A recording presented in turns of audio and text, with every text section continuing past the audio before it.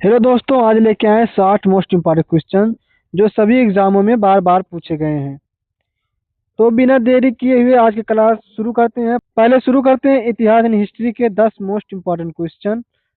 आज का पहला क्वेश्चन है, हड़प्पा सभ्यता की लिपि किस प्रकार की थी? हड़प्पा सभ्यता की लिपि अभी तक अपठित है। ऑप्शन डी सही है। अगला प्रश्न है, जैन धर्म के पहले तीर्थंकर कौन थे? जैन धर्म के पहले तीर्थंकर ऋषभदेव थे। ऑप्शन सी सही है। अगला प्रश्न, मेगास्थनीज किसके दरबार में यूनानी राजदूत था? मेगास्थनीज चंद्रगुप्त मौर्य के दरबार में यूनानी राजदूत था। ऑप्शन सी सही है। अगला प्रश्न, इब्न बतूता किस देश का यात्री था जो मोहम्मद बिन तुगलक के शासनकाल में भारत आया था? तो आपका सही उत्तर है ऑप्शन ए मोरक्को। अगला प्रश्न है, शिवाजी के प्रशासन में अष्टप्रधान में पेशवा का क्या पद था?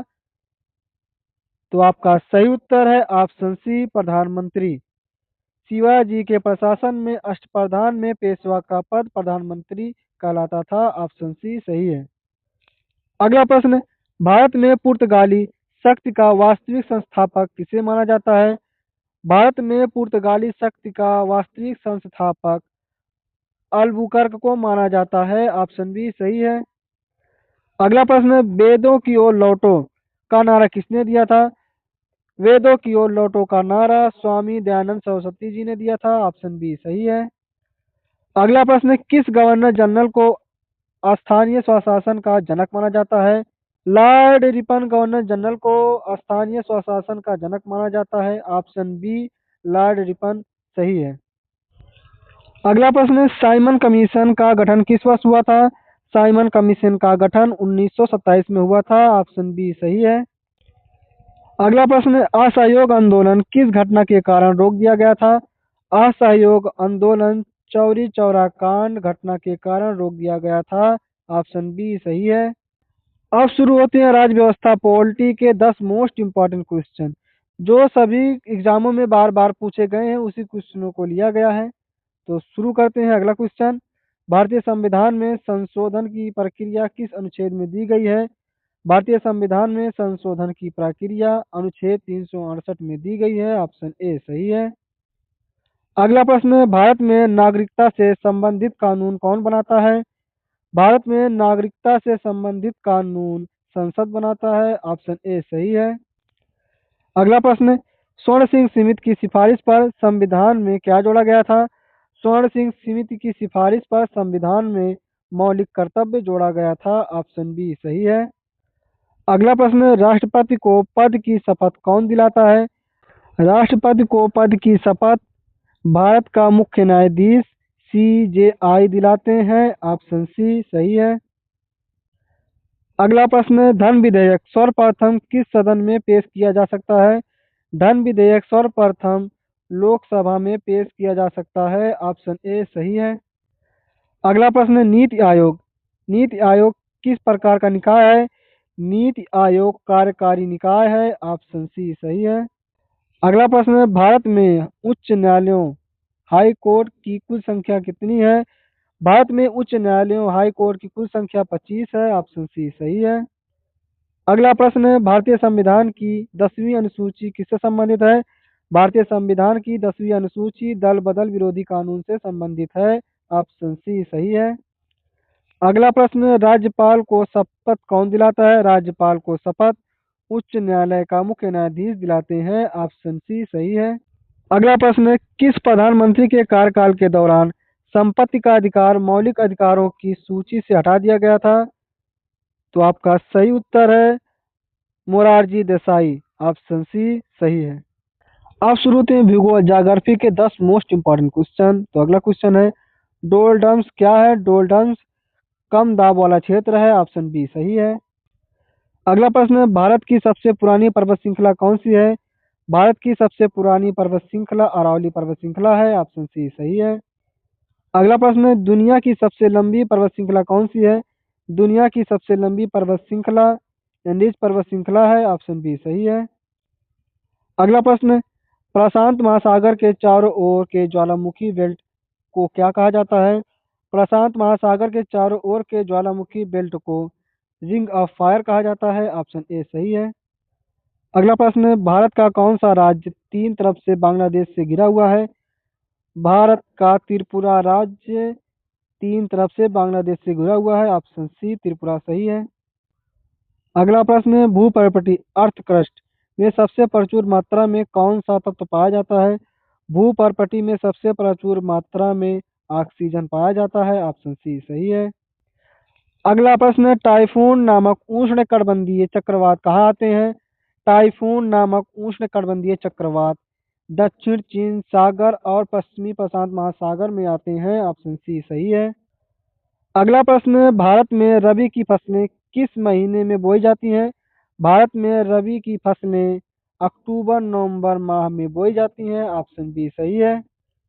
अगला प्रश्न है, दो अक्षांश रेखाओं के बीच की दूरी लगभग कितनी होती है? दो अक्षांश रेखाओं के बीच की दूरी लगभग 111 किलोमीटर होती है। ऑप्शन ए सही है। अगला प्रश्न है, विश्व का सबसे बड़ा मरुस्थल कौन सा है? विश्व का सबसे बड़ा मरुस्थल सहारा मरुस्थल है। ऑप्शन बी सही है। अब शुरू होते हैं सामान्य विज्ञान जनरल साइंस के 10 मोस्ट इंपॉर्टेंट क्वेश्चन। तो अगला क्वेश्चन है, अस्थि और मांसपेशी को आपस में कौन जोड़ता है? अस्थि और मांसपेशी को आपस में टेंडन जोड़ता है। ऑप्शन बी सही है। अगला प्रश्न है, परमाणु के नाभिक में कौन से कण मौजूद होते हैं? परमाणु के नाभिक में प्रोटॉन और न्यूट्रॉन कण मौजूद होते हैं। ऑप्शन बी सही है। अगला प्रश्न, इंद्रधनुष बनने का मुख्य कारण क्या है? इंद्रधनुष बनने का मुख्य कारण प्रकाश का परावर्तन है, प्रकाश का अपवर्तन है और प्रकाश का पूर्ण आंतरिक परिवर्तन है। आपका सही उत्तर है ऑप्शन डी उपरोक्त सभी। अगला प्रश्न है, रक्त का थक्का जमने में कौन सा प्रोटीन मदद करता है? रक्त का थक्का जमने में फाइब्रिनोजन प्रोटीन मदद करता है। ऑप्शन बी सही है। अगला प्रश्न, बैरोमीटर का उपयोग क्या मापने के लिए किया जाता है? बैरोमीटर का उपयोग वायुमंडलीय दाब मापने के लिए किया जाता है। ऑप्शन बी सही है। अगला प्रश्न, शुष्क बर्फ का रासायनिक नाम क्या है? शुष्क बर्फ का रासायनिक नाम ठोस कार्बन डाइऑक्साइड है। ऑप्शन बी सही है। अगला प्रश्न, आधुनिक आवर्त सारणी किस पर आधारित है? आधुनिक आवर्त सारणी परमाणु संख्या पर आधारित है। ऑप्शन बी सही है। अगला प्रश्न, लाल रक्त कोशिकाएं आरबीसी शरीर के किस अंग में बनती है? शरीर के अस्थिमज्जा में बनती है, बोन मैरो। ऑप्शन सी सही है। अगला प्रश्न है, कौन सा बल घर्षण बल को नियंत्रित करता है? घर्षण बल को नियंत्रित करने वाला बल संपर्क बल है। ऑप्शन सी सही है। अगला प्रश्न, मनुष्य के शरीर में सबसे बड़ी ग्रंथि कौन सी है? मनुष्य के शरीर में सबसे बड़ी ग्रंथि यकृत लीवर है। ऑप्शन सी सही है। अब शुरू होते हैं कंप्यूटर ज्ञान एवं सूचना प्रौद्योगिकी के 10 मोस्ट इंपॉर्टेंट क्वेश्चन। तो अगला क्वेश्चन है, कंप्यूटर की स्पीड किस इकाई में मापी जाती है? कंप्यूटर की स्पीड हर्ट्ज इकाई में मापी जाती है। ऑप्शन सी हर्ट्ज सही है। अगला प्रश्न है, कंप्यूटर के रोम में स्टोर किया गया प्रोग्राम क्या कहलाता है? कंप्यूटर के रोम में स्टोर किया गया प्रोग्राम फर्मवेयर कहलाता है। ऑप्शन सी फर्मवेयर सही है। अगला प्रश्न है, पहला सर्च इंजन कौन सा था? पहला सर्च इंजन आर्ची था। ऑप्शन सी सही है। अगला प्रश्न, वेबसाइट का पहला पेज क्या कहलाता है? वेबसाइट का पहला पेज होम पेज कहलाता है। ऑप्शन बी सही है। अगला प्रश्न, कंप्यूटर में ई कॉमर्स का क्या अर्थ है? कंप्यूटर में ई कॉमर्स का अर्थ इलेक्ट्रॉनिक कॉमर्स है। ऑप्शन बी सही है। अगला प्रश्न है, किस पोर्ट का उपयोग प्रिंटर को कंप्यूटर से जोड़ने के लिए किया जाता है? पैरेलल पोर्ट एलपीटी पोर्ट का उपयोग प्रिंटर को कंप्यूटर से जोड़ने के लिए किया जाता है। ऑप्शन बी सही है। अगला प्रश्न, फिशिंग क्या है? फिशिंग एक प्रकार का साइबर हमला है। ऑप्शन बी सही है। अगला प्रश्न, मॉड्यूलन और बीमाडुलन का कार्य कौन करता है? मॉड्यूलन और बीमाडुलन का कार्य मॉडम करता है। ऑप्शन सी सही है। अगला प्रश्न, जॉयस्टिक किस प्रकार का उपकरण है? जॉयस्टिक इनपुट उपकरण है। ऑप्शन सी सही है। अगला प्रश्न है एम एस एक्सेल में पंक्तियों को कैसे दर्शाया जाता है। एम एस एक्सेल में पंक्तियों को संख्याओं 1 2 3 से दर्शाया जाता है। ऑप्शन बी सही है। अब शुरू होते हैं अर्थशास्त्र एवं वित्त के 10 मोस्ट इंपॉर्टेंट क्वेश्चन। तो अगला क्वेश्चन है नीली क्रांति किससे संबंधित है। नीली क्रांति मत्स्य उत्पादन से संबंधित है। ऑप्शन सी सही है। अगला प्रश्न सेवा कर किसके द्वारा लगाया जाता है। सेवा कर केंद्र सरकार द्वारा लगाया जाता है। ऑप्शन ए सही है। अगला प्रश्न करेंसी नोटों पर हस्ताक्षर किसके होते हैं। करेंसी नोटों पर हस्ताक्षर आरबीआई गवर्नर के होते हैं 1 रुपए के नोट को छोड़कर। ऑप्शन सी सही है। अगला प्रश्न किस अर्थशास्त्री को नोबेल पुरस्कार से सम्मानित किया गया था जिसने कल्याण अर्थशास्त्र पर काम किया। तो आपका सही उत्तर है ऑप्शन सी अमर्त्य सेन ने। अगला प्रश्न ओलंपिक खेलों में पहला व्यक्तिगत स्वर्ण पदक जीतने वाला भारतीय कौन था। ओलंपिक खेलों में पहला व्यक्तिगत स्वर्ण पदक जीतने वाला भारतीय अभिनव बिंद्रा थे। ऑप्शन बी सही है। अगला प्रश्न है यूनेस्को यूनेस्को का मुख्यालय कहाँ स्थित है। यूनेस्को का मुख्यालय पेरिस में स्थित है। ऑप्शन सी सही है। अगला प्रश्न ओणम किस राज्य का प्रमुख त्योहार है। ओणम केरल राज्य का प्रमुख त्योहार है। ऑप्शन बी सही है। अगला प्रश्न डेविस कप किस खेल से संबंधित है। डेविस कप लॉन टेनिस से संबंधित है। ऑप्शन सी सही है। अगला प्रश्न पोखरण किस राज्य में स्थित है जहां भारत ने अपने परमाणु परीक्षण किए। पोखरण राजस्थान राज्य में स्थित है। ऑप्शन सी सही है। अगला प्रश्न विश्व पर्यावरण दिवस कब मनाया जाता है।